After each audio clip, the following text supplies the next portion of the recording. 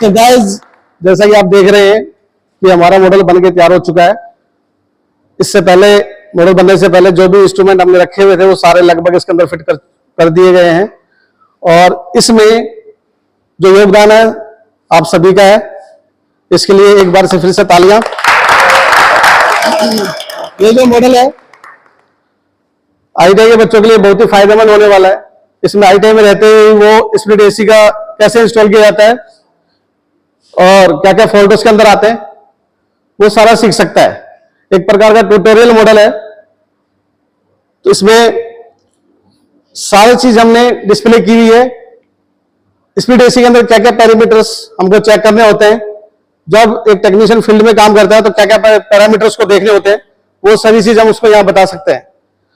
साथ ही साथ एक रेफ्रिजरेशन साइकिल कैसे वर्क कर रहा है, कहां पे कितना प्रेशर होता है, कहां पे क्या रेफ्रिजरेंट की अवस्था होती है वो भी इसमें देख सकते हैं, कहां पे कितना टेम्परेचर चल रहा है वो भी हम देख सकते हैं। तो आप देख रहे हैं इसमें प्रेशर गेज भी लगाए हुए हैं।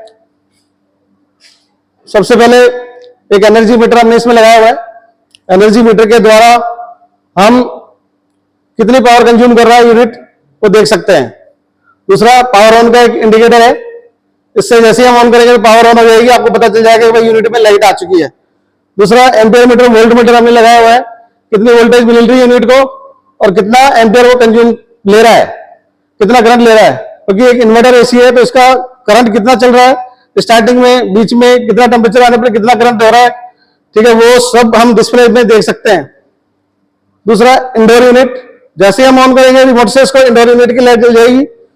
उसके बाद कुछ देर बाद आउटडोर यूनिट को जैसे ही सप्लाई जाएगी आपका ये इंडिकेटर भी ऑन हो जाएगा। सेफ्टी के लिए हमने एक एमसीबी लगाई है।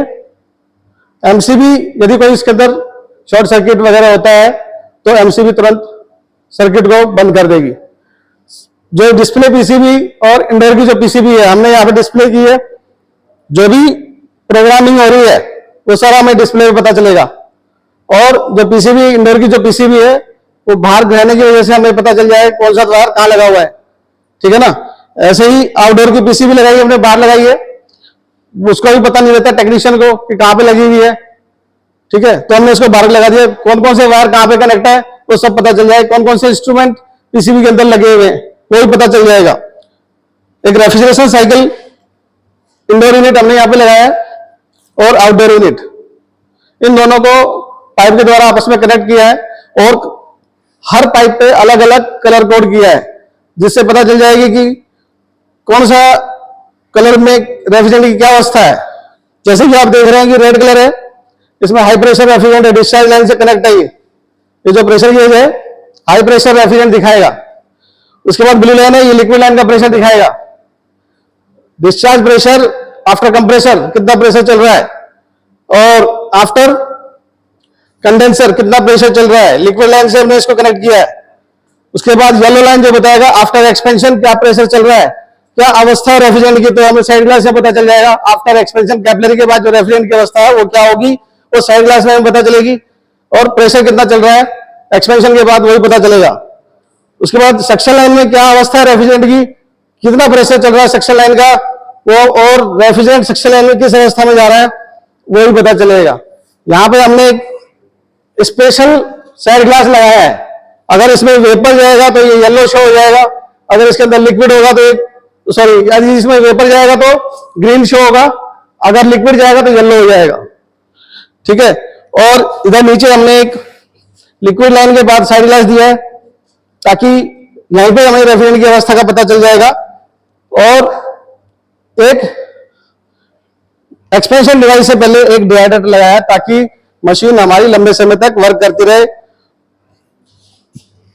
इसके अंदर आउटडोर में 3 सेंसर लगे हुए हैं, एक liquid line sensor, discharge line sensor और एम्बिएंट टेम्परेचर सेंसर।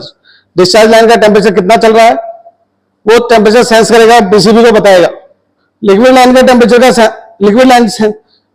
कितना चल रहा है वो सेंसर चेक करेगा और पीसीबी को बताएगा। एम्बिएंट टेम्परेचर कितना चल रहा है वो सेंसर चेक करेगा, टेम्परेचर वो भी पीसीबी को बताएगा। पीसीबी आउटडोर की जो पीसीबी है और इंडोर की पीसीबी दोनों को कनेक्ट किया है कम्युनिकेशन वायर से। तो ये जो सेंसर इसको कम्युनिकेट करते हैं पीसीबी को, वो पीसीबी इंडोर की पीसीबी को बताएगी कितना टेम्परेचर हो गया है। ठीक है, तो जो भी अगर ट्रबल शूटिंग होती है तो इंडोर की पीसीबी पे डिस्प्ले पे आ जाएगा कि ये प्रॉब्लम आ गई है, तो एरर कोड शो हो जाएगा। एरर कोड के लिए हमने यहाँ पे एक चार्ट लगाया है जिससे शो हो जाएगी क्या क्या एरर कोड चल रहा है। अगर कोई मशीन में ट्रबल होती है तो हमें डिस्प्ले पे एरर आ जाएगा, जैसे E1 है, E1 का मतलब है इंडोर फैन फॉल्ट, इंडोर की मोटर खराब हो चुकी है। ठीक है, या कुछ और प्रॉब्लम है, जैसे E3 है, indoor coil temperature sensor defective, E3 आएगा तो indoor coil temperature sensor defective का मतलब है। ऐसे ही काफी सारे लगभग 35 एरर कोड है जिससे हमें हर फॉल्ट के बारे में पता चल जाएगा, इलेक्ट्रिकल एंड मैकेनिकल। अगर गैस की प्रॉब्लम होती है, गैस कम हो गई, लीकेज हो गई है, तो उससे कैसे पता चलेगा। अगर गैस कम हो गई है, सबसे पहले हमारे सामने गेज लगे हैं, आपको गेज लगाने की जरूरत नहीं है, तो गैस सक्शन प्रेशर डाउन हो जाएगा। दूसरा, अगर गैस कम होती है तो इंडोर की कॉइल पर क्या आ जाएगी, फ्रॉस्टिंग आ जाएगी। फ्रॉस्टिंग आने से क्या होगा, जो कॉइल टेम्परेचर सेंसर है, कॉइल सेंसर है, वो कॉइल का टेम्परेचर सेंस करेगा। एंटीफ्रीज सेंसर है वो, तो वो कंप्रेसर को डिस्कनेक्ट कर देगा। अगर रेफ्रिजरेंट कम होता है तो फ्रॉस्टिंग आएगी, यहाँ पे फ्रॉस्टिंग आते ही वो आउटडोर को बंद कर देगा और यहाँ पे शो हो जाएगा एरर कोड।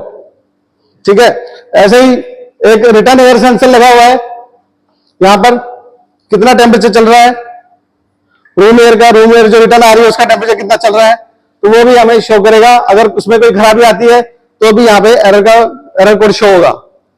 ठीक है, तो रेफ्रिजरेंट साइकिल अभी हम इसको ऑन करते हैं तो देखते हैं कैसे वर्क कर रहा है ये।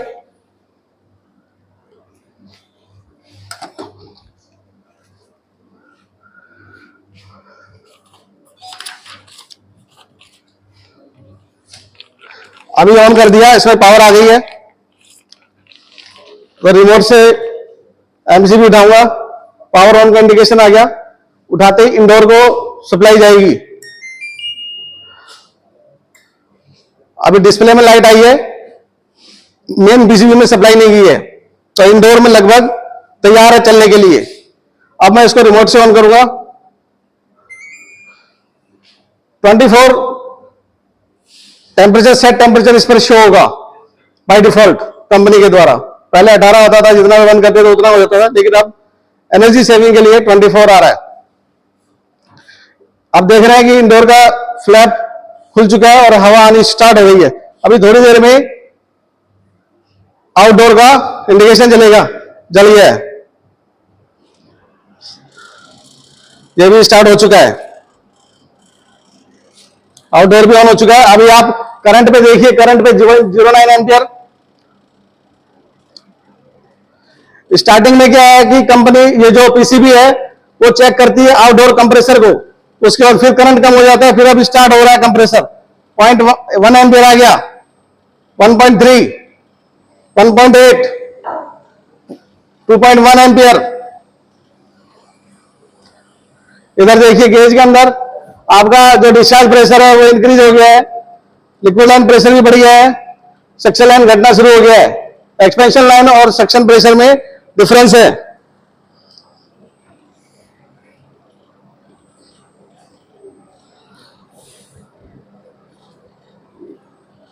हमने टेम्परेचर के लिए इसमें थर्मामीटर भी लगाए हैं।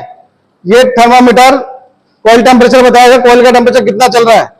ये थर्मामीटर ग्रिल टेम्परेचर बताएगा कितना चल रहा है, ठंडी हवा कितने टेम्परेचर की बाहर आ रही है। ये थर्मामीटर हमें डिस्चार्ज लाइन का टेम्परेचर बताएगा। ये थर्मामीटर हमें लिक्विड लाइन का टेम्परेचर बताएगा। ये थर्मामीटर हमें एम्बिएंट टेम्परेचर बताएगा कि आउटडोर का एम्बिएंट, आउटडोर जहां लगा हुआ है वहां का एम्बिएंट टेम्परेचर कितना चल रहा है। आप देख रहे हो पीक सीजन में जब टेम्परेचर 40, 45, 50 हो जाता है, आज इस सीजन में तो 50 भी चला गया टेम्परेचर, तो उस समय इन्वर्टर एसी काम नहीं करता, या दूसरे जो भी स्पीड एसी है, या मतलब कहें तो एसी जो है फेल हो जाता है, कंप्रेसर काम करना बंद कर देता है एसी की वजह से। तो इसमें 5 सेंसर लगे हुए टोटल, 3 आउटडोर में और 2 इंडोर में, तो सभी सेंसर अपना काम करते हैं। ये जो यूनिट है माइक्रो प्रोसेसर बेस्ड यूनिट है, ठीक है ना। तो इसमें सेंसर की जो वैल्यू है वो करेक्ट होनी चाहिए, जो भी वायर लगाए हुए हैं वो भी प्रॉपर टाइट होनी चाहिए, अदरवाइज क्या होगा, कोई भी वीक अगर लूज पॉइंट हुआ तो पीसीबी एरर शो कर देगी, ये फॉल्ट है। ठीक है ना, वायरिंग का फॉल्ट है, कोई सेंसर आपका ठीक से नहीं लगा हुआ, या सेंसर खराब हो गया, या सेंसर की वैल्यू ठीक नहीं है, तो ये एरर बता देगा। ठीक है, तो अभी देखिए हमने यूनिट ऑन हो गया है, कंप्रेसर भी चालू हो गया है 3.1 एम्पियर, क्योंकि अभी यहाँ का टेम्परेचर लो है, अभी 24 डिग्री चल रहा है टेम्परेचर, 24 डिग्री सेट है, वो काम करता हूं मैं। अब इधर बढ़ना स्टार्ट हो जाएगा।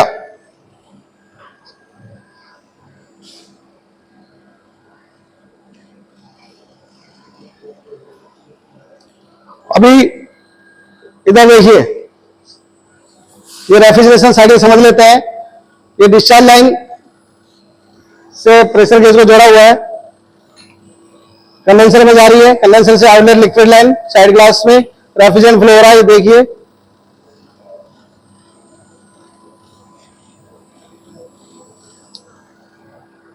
उसके बाद ये लाइन घूम के ड्रायर में, ड्रायर से फिर एक्सपेंशन डिवाइस में कैपलरी लगी हुई है, कैपलरी से वाल में ये पूरी कूलिंग यहां से स्टार्ट हो जाती है, इसको एक्सपेंशन लाइन बोलते हैं।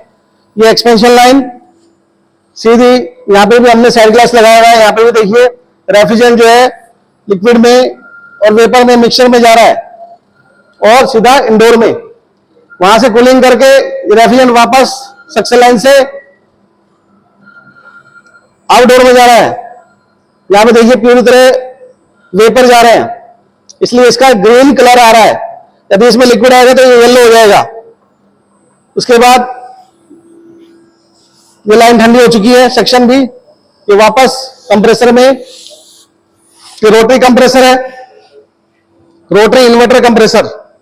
इन्वर्टर कंप्रेसर जो है उसको समझ लेना जरूरी है कि इन्वर्टर एसी होता क्या है और नॉन इन्वर्टर एसी क्या होता है।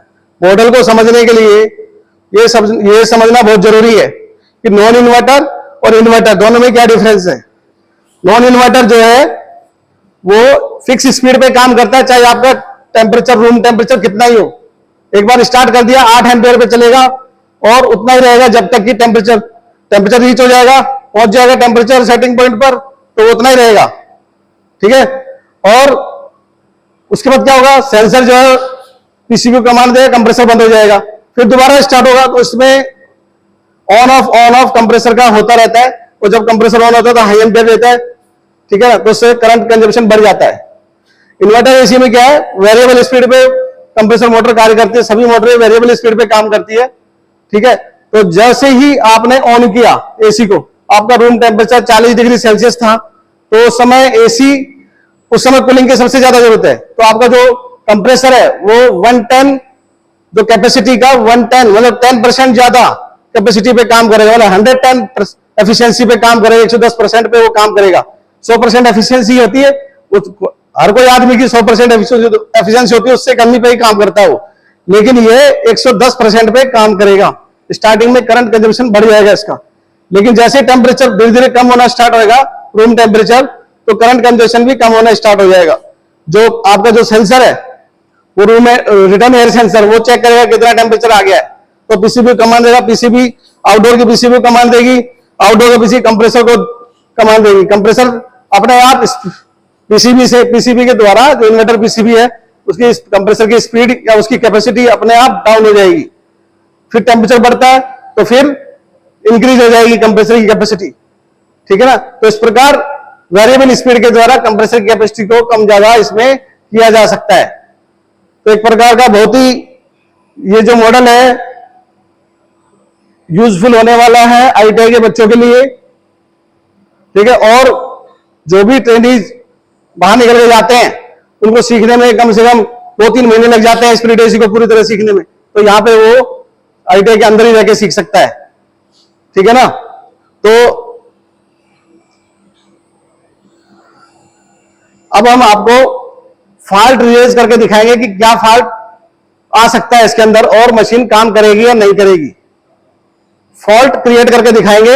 एसी को बंद कर दिया, क्योंकि चलते हुई सप्लाई पे हम कनेक्टर नहीं निकालेंगे।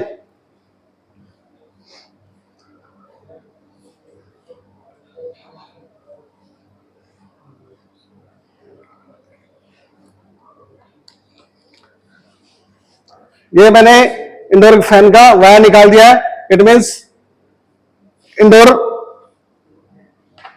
की मोटर को सप्लाई नहीं पहुंच रही है, इंडोर की मोटर खराब हो गई। अब देखते हैं क्या आता है इसके अंदर।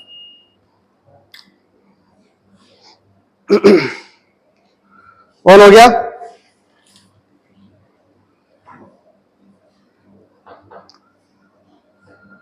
अभी आपने कनेक्टर निकाला हुआ, इंडोर की मोटर तो चलेगी नहीं। अभी देखते हैं इसमें क्या आता है। इसमें दिया हुआ है E3। E3 आता ही नहीं आता।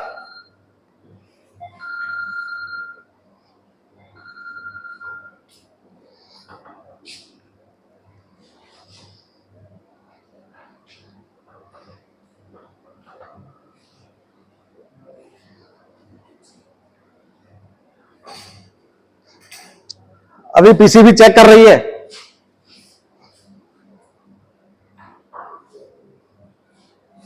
चलानी नहीं तो इतनी देर में चल जाना चाहिए था। पीसीबी चेक कर रही है कि मोटर क्यों नहीं चल रही है, लेकिन वो तो तुमने खराब कर दिया है, कनेक्टर निकाल दिया है। अब पीसीबी हमें क्या बताती है ये हम देखते हैं, फिर दूसरा फॉल्ट क्रिएट करके दिखाएंगे आपको।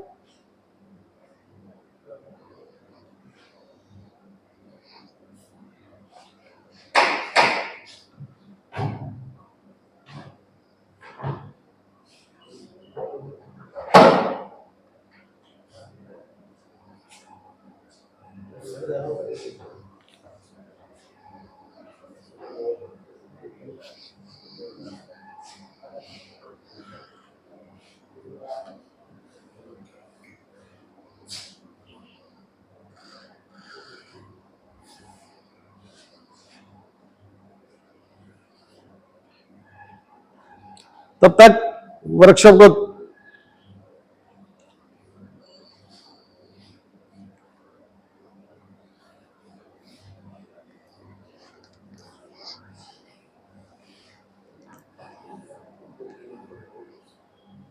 कंप्रेसर नहीं चला। अभी आउटडोर का इंडिकेशन आया नहीं आया ना, तो अभी वेट कीजिए फॉल्ट को चेक करने का, तो पीसीबी अपने आप बता देगी। आपको सिर्फ एरर कोड याद रखने हैं। ये लिस्ट है, या तो एरर कोड ऐप भी आता है, सर्विस ऐप।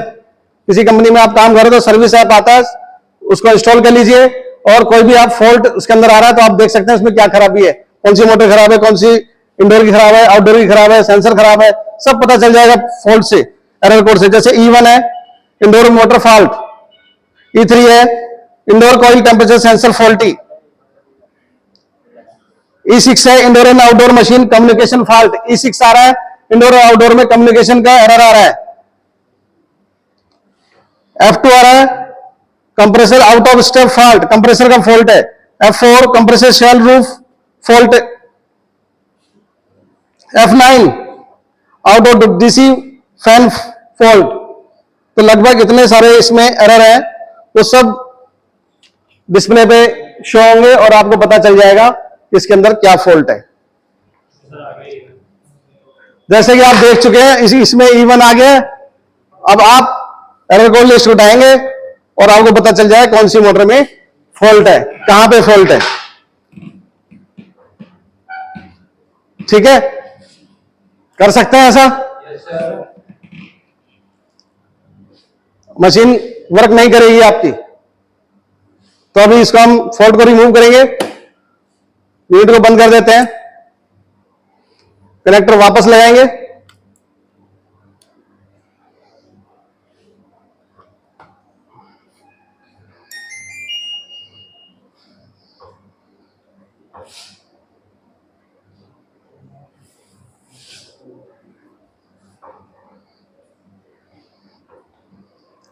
इंडोर की मोटर ऑन हो चुकी है। एयर फ्लो की साउंड आपको आ रही होगी, एयर फ्लो देख सकते हैं आप। अभी आउटडोर का इंडिकेशन ऑन होगा।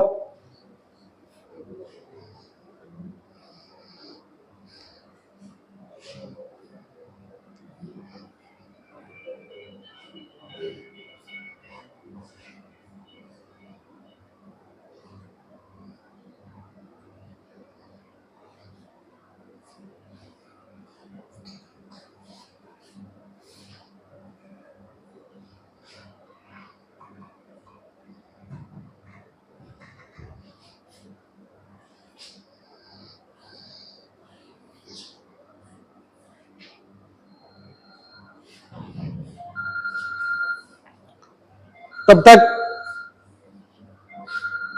इधर दिखा दीजिए पीछे।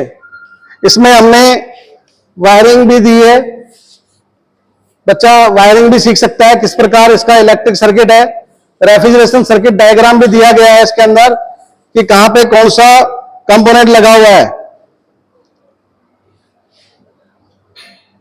इधर बैक साइड में भी हमने एसी इंस्टॉलेशन के स्टेप्स बताए हैं कि एसी को अगर इंस्टॉल करते हैं, इंडोर स्प्लिट एसी को, तो क्या क्या सेफ्टी प्रिकॉशन, क्या क्या पैरामीटर्स याद रखते हैं। और ये refrigeration cycle diagram, electrical diagram, wiring diagram, error code list पीछे भी दी है।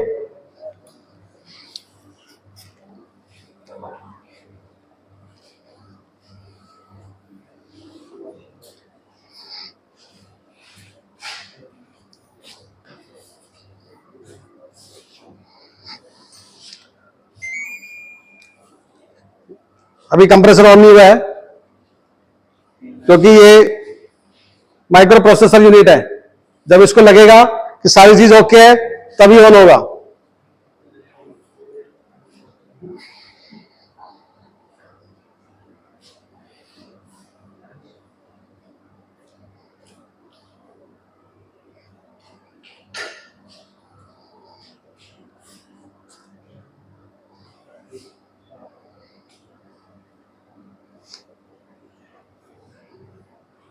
ये जो एसी है इसको हम वाईफाई से भी कनेक्ट कर सकते हैं। आपका जो स्मार्टफोन है उसके द्वारा इसको कनेक्ट कर सकते हैं और ऑपरेट कर सकते हैं। मोबाइल फोन के द्वारा वाईफाई से कनेक्ट करके ऑन ऑफ कर सकते हैं, टेम्परेचर सेट करना है वो कर सकते हैं। तो वाईफाई की फैसिलिटी इसके अंदर दी हुई है। आउटडोर का फैन ऑन हो गया है, आउटडोर कंप्रेसर चालू हो गया है। यहां पे करंट चेक करिए, पीसीबी चेक करेगी एक बार 0.5 एम्पियर, 0.9 एम्पियर, उसके बाद फिर से कम होगा, फिर से 1.0 एम्पियर से स्टार्ट हो गया है। अभी देखिए कम हो गया है। पीसीबी ने कंप्रेसर को चेक किया एक बार, कंप्रेसर ओके, तो फिर से वापस 0 हुआ, फिर पीसीबी ने कंप्रेसर को कमांड दी है, अब स्टार्ट हुआ है कंप्रेसर। यहां पर प्रेशर कितना जा रहा है R32 का। डिस्चार्ज लाइन का टेम्परेचर प्रेशर देखिए 350 psi जी, क्योंकि अभी यहां का टेम्परेचर डाउन है, लगभग 30 डिग्री सेल्सियस है यहाँ का, तो 350 psi जी प्रेशर जा रहा है। आपका लिक्विड लाइन का प्रेशर लगभग 310 के आसपास है, ठीक है। सक्शन एक्सपेंशन लाइन के बाद जो प्रेशर चल रहा है मैं 90, एक्सपेंशन लाइन के बाद अभी धीरे धीरे कम हो रहा है। गेज में देख सकते हैं आप, जो R32 है वो एक हाई प्रेशर रेफ्रिजरेंट है। तो हमने, क्योंकि इस मॉडल को बनाने का मेन मकसद ये है कि एक तो इन्वर्टर हो और दूसरा न्यू रेफ्रिजरेंट हो। जो भी मॉडल होते हैं ITI में R20 के होते हैं, न्यू रेफ्रिजरेंट होता ही नहीं। बच्चे ने जो काम करना है फील्ड में वो R32 पे करना है, R32 पे, R410 पे, हाई प्रेशर रेफ्रिजरेंट पे। R22 तो मार्केट में मिलने ही बंद हो गए हैं, ठीक है। तो R32 एक हाई प्रेशर रेफ्रिजरेंट है, तो इसका जो सक्शन प्रेशर चलता है 120 से 150 psi, और जो डिस्चार्ज है वो लगभग 350-400 psi जी का होता है। तो आप गेज में देख रहे हैं डिस्चार्ज प्रेशर कितना पहुंच गया है, 350 है अभी, क्योंकि टेम्परेचर, रूम का टेम्परेचर, एम्बिएंट टेम्परेचर आपका लो है। यदि ये टेम्परेचर 45 हो जाएगा तो ये 400 पहुंच जाएगा डिस्चार्ज प्रेशर, ठीक है। तो एक फॉल्ट और मैं आपको क्रिएट करके दिखाता हूं इसके अंदर। अभी हम इसको बंद करेंगे।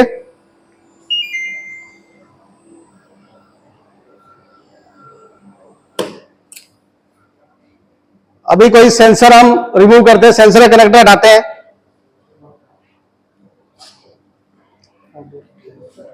ये निकाल, इंडोर आउटडोर का हटाते हैं। कौन सा है, ये है ना कंप्रेसर का।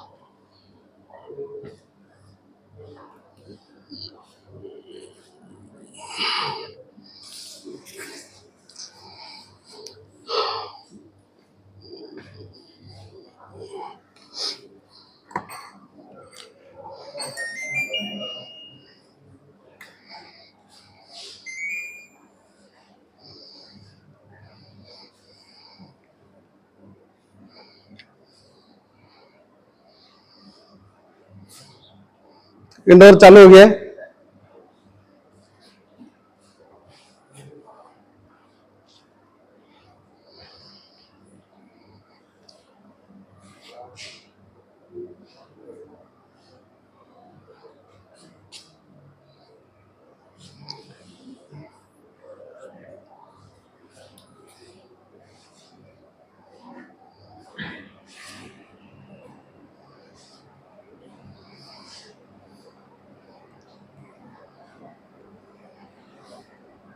आउटडोर ऑन हो गया है।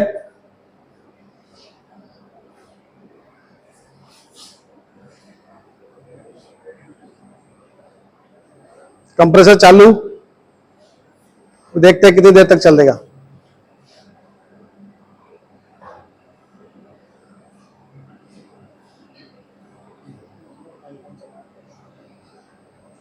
ये देखिए एरर आ रहा है इसमें F7, तो थोड़ी देर में बंद हो जाएगा ये। तो एक टेक्नीशियन जाएगा, कस्टमर बताएगा कि मेरे इंडोर पे F7 आ रहा है, एसी ठीक ढंग से काम नहीं कर रहा है, तो जो सेंसर है वो कंप्रेसर ट्रिप कर देगा। ये डिस्चार्ज लाइन का सेंसर है, कंप्रेसर ट्रिप हो जाएगा, उसके बाद ये बंद हो जाएगा, F7 आता रहेगा इसमें। तो इसको भी हम रिमूव कर सकते हैं। अभी F7 रहेगा, आप रिमोट से बंद कर दो तब भी डिस्प्ले पे आता रहेगा इसके अंदर F7। F7 का मतलब क्या है? Outdoor coil temperature sensor faulty, outdoor coil temperature sensor faulty.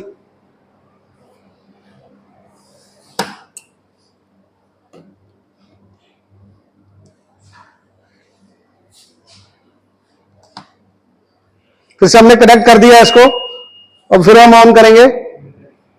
On हो गया है।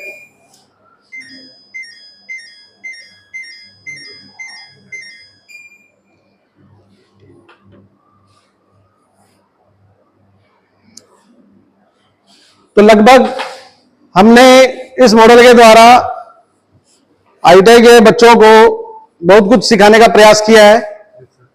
लगभग सारी चीज, सारे पैरामीटर्स वो इसमें देख सकता है और इंडिपेंडेंटली फील्ड में जाके काम कर सकता है। तो गाइस, इस प्रोजेक्ट के बारे में अपने व्यूज और क्या आपको इसमें अच्छा लगा, अपने व्यूज, अपने लाइक्स बताइए, कमेंट्स करिए और चैनल को सब्सक्राइब करिए। Thank you.